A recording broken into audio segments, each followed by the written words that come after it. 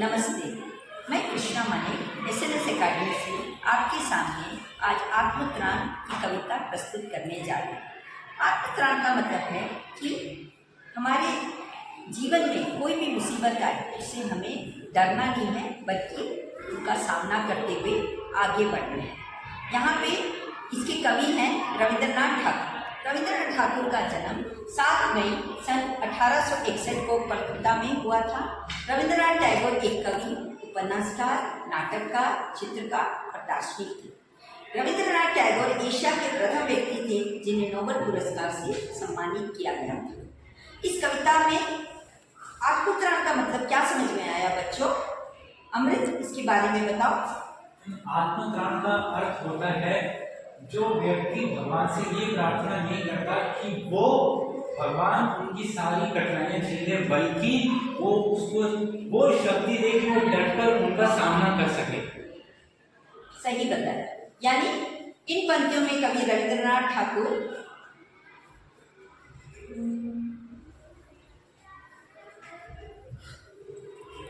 इस कविता में कहते हैं कि विपदाओं से मुझे बचाओ, ये मेरी प्रार्थना नहीं, केवल इतना हो करुणा में कभी न विपदा में पाऊं है।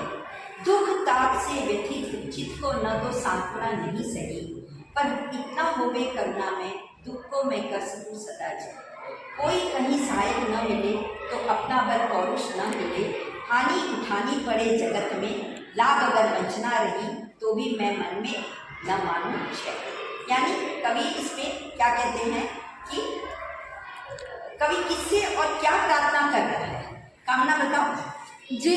जी कवि इस कविता में भगवान से प्रार्थना कर रहा है कि वह उनकी जिंदगी की सारी कठिनाइयाँ ना हरे और खुद उनको इतनी शक्ति प्रदान करें कि वह अपनी जीवन की सारी कठिनाइयाँ खुद से उस कठिनाइयों का सामना करें और आत्मनिर्भर बन सके। विपदाओं से मुझे बचाओ, ये मेरी प्रार्थना नहीं। इस पंक्ति के द्वारा अमृत कवि क्या कहना चाहता है?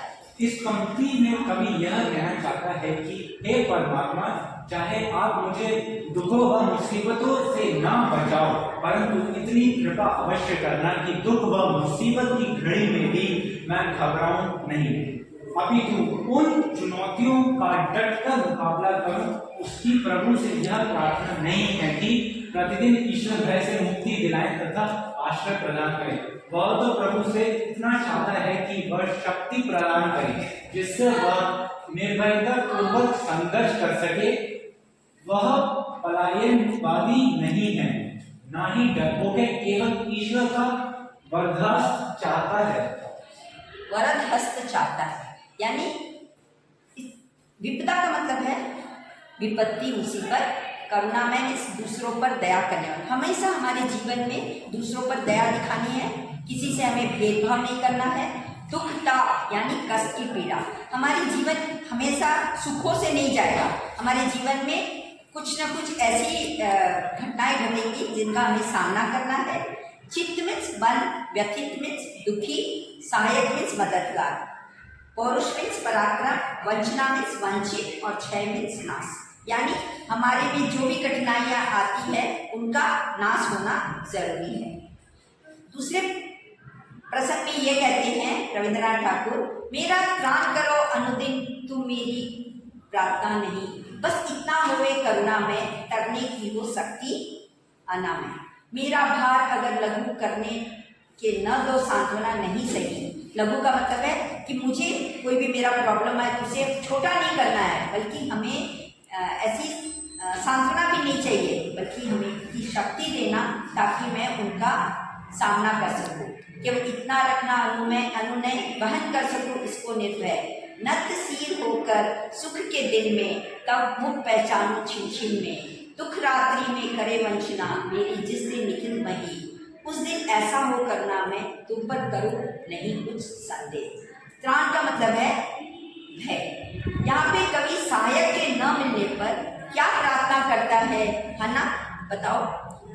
कवि प्रभु से निवेदन करते हुए कहते हैं कि हे प्रभु, बस मेरा निवेदन है कि तुम मुझे हर संकट से उभरने की अकिल शक्ति दो, मैं स्वस्थ मन से संकट से पार हो सकूं।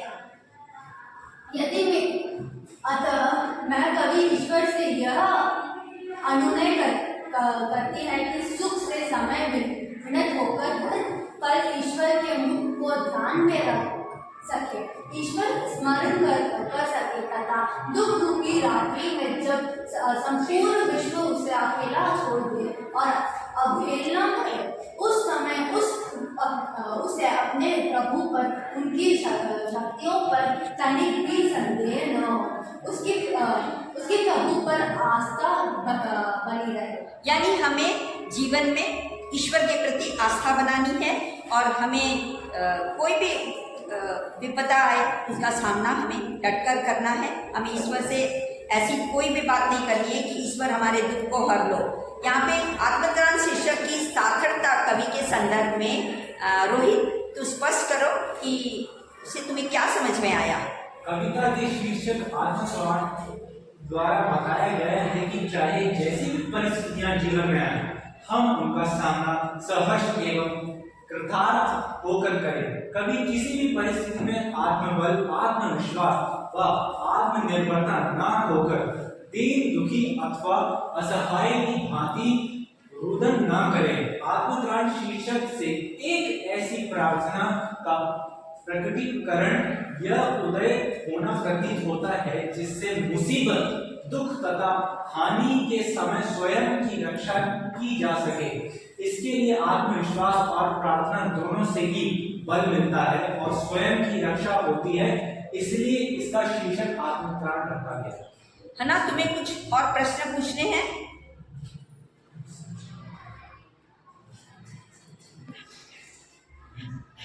जी, संचय का अर्थ क्या है? संशय मीन्स हमें यहाँ पे संशय का मतलब है संदेह, पर हमें भगवान पर कोई संदेह नहीं करना है। एक बात क्या है पता है, हमारे जीवन में कोई भी प्रॉब्लम आए या कुछ भी मुसीबत आए तो हमें सही मीन्स इसका मतलब क्या है कि भगवान हमें सही रास्ता दिखाना चाहता है। ऐसा नहीं है कि हमें कोई विपत्ति आए तो हमें भगवान उससे मुझे छुटकारा दिला दो, ऐसी नहीं है। हमें ऊपर से भगवान से ऐसी शक्ति मांगना है कि भगवान हमें सही रास्ता दिखाए और हम उस पर चलकर अपनी जो बाधा है उसे हम दूर करें और हम सही दिशा में अपनी इच्छाओं की पूर्ति के लिए हमें निम्न प्रयास करने चाहिए। अपनी इच्छाओं की पूर्ति के लिए हमें सही दिशा चुनते हैं और जी जान से परिश्रम करते हैं। जीवन में आने वाली बाधाओं से न तो हमें घबराना है न पीछे हटना है। दूसरों को सहयोग और सलाह भी देते हैं, अपने प्रयासों की समीक्षा करते रहते हैं, सुधार करते रहते हैं और छोटी से छोटी सफलता को भी हम स्वीकार करना है। जब तक इच्छा पूरी न हो जाए धैर्य व सहनशीलता से कार्य हमें करना है। कभी मैम आपसे एक प्रश्न था, मैम कवि की प्रार्थना बाकी सारी प्रार्थनाओं और गीतों से अलग लगती है मैम, क्या आपको ऐसा लगता है?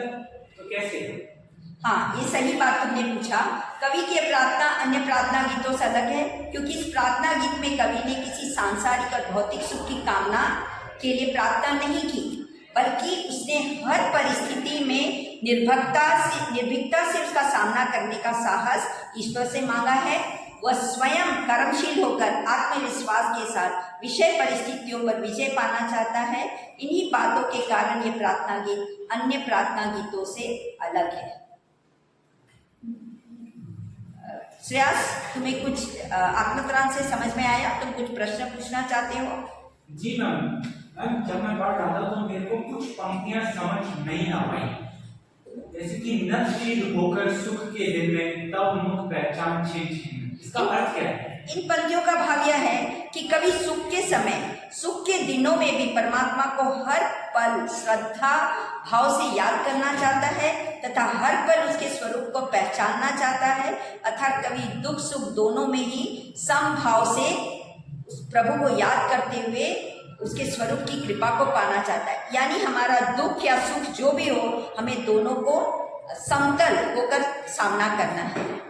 मुझे लगता है अभी आत्मत्राण का विषय तुम्हें समझ में आ गया होगा। धन्यवाद बच्चों।